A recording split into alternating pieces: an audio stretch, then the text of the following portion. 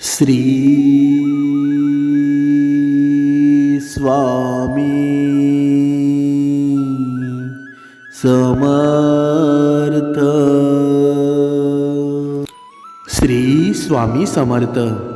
हिंदू पुराणानुसार स्वामी सांगत आहेत की मनुष्याच्या जीवनामध्ये किंवा या संसारामध्ये आपल्याला शुभ कार्य करायचं असेल, लग्न म्हणो की कसली घराची पूजा म्हणो, आपण बघा एखादा ब्राह्मण असेल किंवा एखादा चांगला व्यक्ती असेल त्याच्याकडे जातो आणि आपण त्याला म्हणतो की आम्हाला शुभ दिवस सांगा जेणेकरून आमचं लग्न त्या दिवशी पार पाडलं जाईल। म्हणजेच काय, म्हणजेच जीवनातला प्रत्येक दिवस, वर्षातला 365 दिवसांपैकी प्रत्येक दिवस शुभ असतो का? तर कधीच नसतो। पण त्या शुभ दिवसांपैकी एक आता महाशिवरात्रीला असा दिवस आलेला आहे की इच्छा प्राप्ती त्याला दिवस म्हटलं जातं।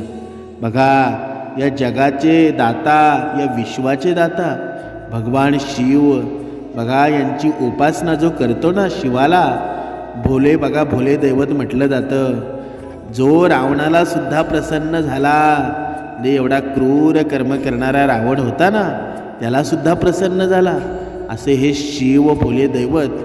बघा, महाशिवरात्री म्हणजे महा इच्छापूर्ती हा दिवस आहे आणि हा वर्षातून एकदाच येतो। म्हणून बघा, या दिवशी जर आपल्या जीवनामध्ये दुःख असेल, संकट निर्माण झालेले असेल, तर या दिवशी काही उपाय सांगितलेले आहेत स्वामी समर्थांनी। बघा, काही उपाय सांगितलेले आहेत। या उपायांचा जर आपण अवलंब केला तर तुमच्या जीवनामध्ये, तुम्ही भक्ती करत असताना सुद्धा तुमच्या जीवनामध्ये येणारी संकटं आहेत, या संकटांची बघा नाश होणार आहे आणि तुमच्या जीवनामध्ये सुखाची प्राप्ती व्हायला सुरुवात होणार आहे। पण हा व्हिडिओ शेवटपर्यंत नक्की बघा, कारण जोपर्यंत आपण कोणतेही काम मन लावून करत नाही, बघा आपण भावनेने करत नाही, तोपर्यंत त्याचा लाभ आपल्याला होत नाही। म्हणजेच काय, आपण जे कोणतेही उपाय करणार आहोत, जे काही असेल ते करणार आहोत, श्रद्धा आणि विश्वास नसेल ना, तर स्वामी ते कार्यसिद्धीस प्राप्त करत नाही। म्हणून स्वामींवर विश्वास हा अगोदर आपला असला पाहिजे। बघा, ही महाशिवरात्र आपल्यासाठी आनंदाचा क्षण घेऊन येणार आहे।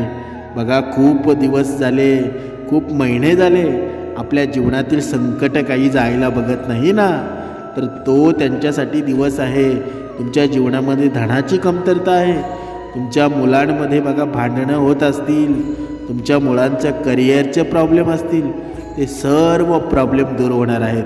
कारण हा दिवस वर्षातून एकदाच येणारा दिवस आहे आणि या दिवशी गणपतीने बघा हे व्रत केलं होतं आणि गणपतीने हे व्रत केलं होतं ना, गणपतीला पूर्ण आयुष्यभर त्याचा फायदा झाला। म्हणून हे व्रत कोणतं ते आपण या व्हिडिओमध्ये पाहणार आहोत। बघा, ज्यावेळी बघा गणपती आणि गणपतीचा भाऊ कार्तिक, बघा हे दोघेसुद्धा खूप ज्ञानी होते, रिद्धिसिद्धीची प्राप्त असलेले हे दोघे भाऊ। बघा, यांच्यामध्ये दोघांमध्ये भांडण झालं की या पृथ्वी तलावर श्रेष्ठ मी का तू।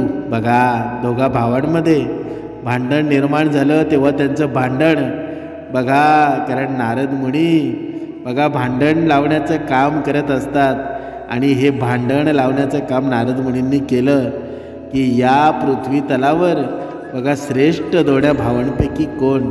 तर हे भांडण बघा भोलेनाथांकडे गेलं आणि मग समस्त देवगण तिथे प्रगट झाले आणि सर्वांनी ठरवलं की जर कोणी तुमच्यामध्ये श्रेष्ठ, जर कोणी तुम्हाला व्हायचं असेल ना, तर ही पृथ्वी प्रदक्षिणा अगोदर कोण इथे करून येईल तोच श्रेष्ठ होईल। मग बघा, दोघे पण निघाले। कार्तिकेने हे ऐकताच लगेच लगेच निघाला पृथ्वी प्रदक्षिणा करण्यासाठी। पण गणपती बाप्पा तिथे थांबले।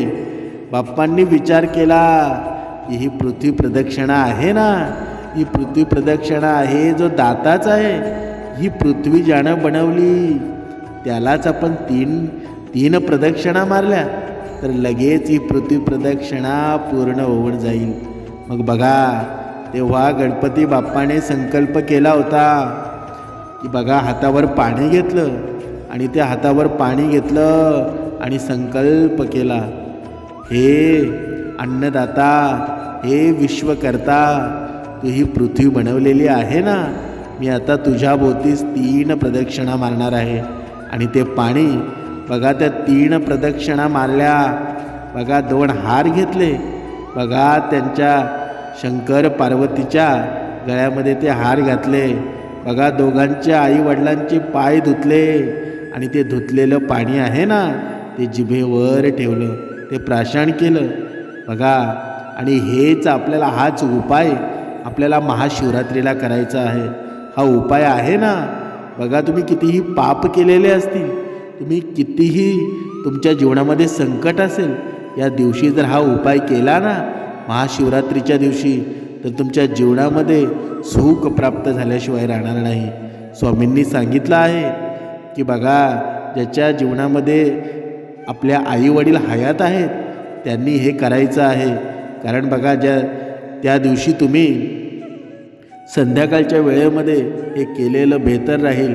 कारण आपण सकाळी बघा शंकराच्या पिंडीवर बघा पूर्ण आपल्या हातावर पाणी घ्यायचं, एखाद्या मंदिरामध्ये जाऊन आणि संकल्प करायचा की हे महादेवा, माझ्याकडून झालेल्या चुक्या असतील त्या आता मला माफ करा, कारण मी सद्गुण विचारांनी प्रेरित होऊन मी भक्ती करणार आहे, स्वामी समर्थांची सेवा करणार आहे, या भक्तीमध्ये लीन होणार आहे. मग तुम्ही मला चांगला मार्ग दाखवा. आजपासून मी जे करेल ते फक्त भक्ती मार्गासाठी करेल, हा संकल्प करा. आणि तिथनं आल्यानंतर, मंदिरामधून आल्यानंतर बघा घरी आल्यानंतर संध्याकाळच्या वेळेस बघा 6च्या नंतर केलेलं चांगलं राहील. 6 वाजल्याच्या नंतर बघा आईवडिलांना दरवाजाच्या बाहेर घ्या आणि दरवाजाच्या त्या उंबरठ्यावर बघा 2 बाजारामधून हार आणा आणि त्या हार बघा त्यांच्या भोवती 3 प्रदक्षिणा घाला. आणि त्या 3 प्रदक्षिणा घातल्यानंतर त्यांचे पाय धुवा आणि ते पाय धुतल्यानंतर बघा त्यांना आरती करा. आणि आरती केल्यानंतर ते पाय धुतलेलं थोडं पाणी आहे ते आपल्या जिभेवर ठेवा आणि हे व्रत इथे संपेल. म्हणजेच हे व्रत जर तुम्ही केलं ना तर तुमचा वर्षभर बघा, कारण तुम्ही वर्षभर खुश राहाल, तुमच्या जीवनामध्ये एवढी धन संपत्ती निर्माण होईल ना.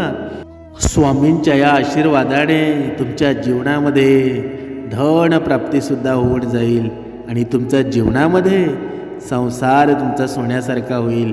म्हणून हे व्रत आहे ना हे पूर्णतः सर्वांनी पाळायलाच हवं. बघा शिवपुराणानुसार हे संपूर्ण विश्व आहे ना हे ब्रह्मदेवाने निर्माण केलेलं आहे. भगवान शिवांच्यानुसार भगवान विष्णू त्यांचे पालन करतात, म्हणून भगवान शंकराची आराधना करून मोठ्या समस्या दूर होतात. बघा दुसरं तुम्हाला व्रत सांगणार आहे, ते तुम्ही दर सोमवारी केलं तरी चालेल, पण हे आत्ताचं जे व्रत सांगितलं आहे ते फक्त महाशिवरात्रीच्या दिवशी करायचं आहे. बघा हा सोमवार हा शिवांच्या उपासनेचा सर्वोत्तम दिवस मानला जातो. शिवपूजेचे हे काही उपाय जर तुम्ही प्रत्येक सोमवारी किंवा यापैकी कोणताही एक जरी उपाय केला तरी भगवान शिव तुमच्या सर्व समस्या दूर करू शकतात. बघा एखाद्या व्यक्तीच्या वैवाहिक जीवनामध्ये अडथळे येत असतील तर शिवलिंगावर केशर मिश्रित दूध अर्पण करायचं आहे, माता पार्वतीची पूजा करायची आहे, माशांना पिठाच्या गोळ्या खाऊन घालायच्या आहेत. या दरम्यान ओम नमः शिवाय या मंत्राचा जप देखील करायचा आहे. सोमवारपासून हे उपाय सुरू करा आणि त्यानंतर हे उपाय जोपर्यंत आपल्याला फरक वाटत नाही तोपर्यंत दररोज करायचे आहेत. यामुळे वाईट काळ दूर होऊ शकतो. 21 बेलपात्रांच्या पानावर ओम नमः शिवाय असं लिहून शिवलिंगावर अर्पण करावं. यामुळे भगवान शंकरांचा आशीर्वाद प्राप्त तर होईलच, पण भगवान शंकराचे वाहन नंदीला हिरवा चारा खाऊ घालायचा आहे. यामुळे जीवनामध्ये सुख समृद्धी वाढते आणि समस्या दूर होतात. त्यामुळे त्या क्षमतेनुसार गरिबांना अन्न द्या. यामुळे तुमच्या घरात कधीही अन्नाची कमतरता भासणार नाही. कारण जिथे स्वामी समर्थांचे उपाय आहेत ना, तिथे कधीच काही खोटं मात्र कधीच ठरत नाही. जे सांगितलं आहे ते तुम्ही करेकोट केलं ना, आणि श्रद्धा आणि विश्वास असं म्हणतात, तुम्ही कितीही चांगल्या पद्धतीनं केलं, पण जर आपल्या मनामध्ये आपण विचार करत असू हे केल्यानं असं काही होतं का, तर तुमचं काम पूर्णत्वास कधीच जाणार नाही. अगोदर लक्ष कुठे केंद्रित केलं पाहिजे की स्वामींवर आपली श्रद्धा असेल तरच हे करा, नाहीतर ते करून काही तुम्हाला फायदा होणार नाही. म्हणून पूर्वजांच्या आत्म्याला शांतीसुद्धा मिळेल. तांब्याच्या भांड्यामध्ये पाणी घेऊन त्यात काळे तीळ मिसळून शिवलिंगावर अर्पण करा. जेव्हा तुम्ही हे शिवलिंगावर अर्पण कराल ना, तेव्हा ओम नमः शिवाय या मंत्राचा जप करा. यामुळे शनिदेवाचे दोष दूर होतात, शनीचे दोष दूर होतात आणि घरामध्ये शिवलिंग आणा आणि या शिवलिंगाची रोज पूजा करा. यामुळे तुमचे उत्पन्न नक्कीच वाढेल आणि पुत्र प्राप्तीसाठी सुद्धा गव्हाच्या पिठापासून 11 शिवलिंगे तयार करा. त्याच्यावर 11 वेळा जलाभिषेक करायचा आहे. या उपायाने देखील तुमच्या इच्छा पूर्ण होऊन जातील. आणि शिवलिंगावर शुद्ध तूप अर्पण करावं, नंतर पाणी अर्पण करावं. यामुळे मुलांशी संबंधित समस्या दूर होतील. ओम नमः शिवाय या मंत्राचा जप करा आणि सायंकाळी शिव मंदिरात तुपाचे 11 दिवे लावा. एका भांड्यामध्ये गंगाजल घ्या आणि भगवान शिवाला गंगाजलाने अभिषेक करा. आणि गंगेच्या पाण्याने अभिषेक केल्यानंतर शुद्ध पाण्यात काळे तीळ टाकून त्या पाण्याने भगवान शिवाला अभिषेक करायचा आहे. हे सर्व उपाय सांगितल्याप्रमाणे जर तुम्ही केले ना, तर तुमच्या जीवनामध्ये सुख समृद्धी आल्याशिवाय राहणार नाही. कारण हा दिवस आहे ना, महाशिवरात्री महादिवस आहे, महाइच्छापूर्तीचा दिवस आहे. हा दिवस परत येणं नाही, 1 वर्षानंतरच येतो.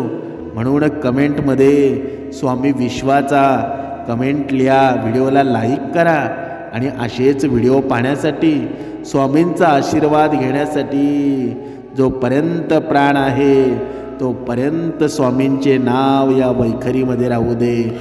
श्री स्वामी समर्थ.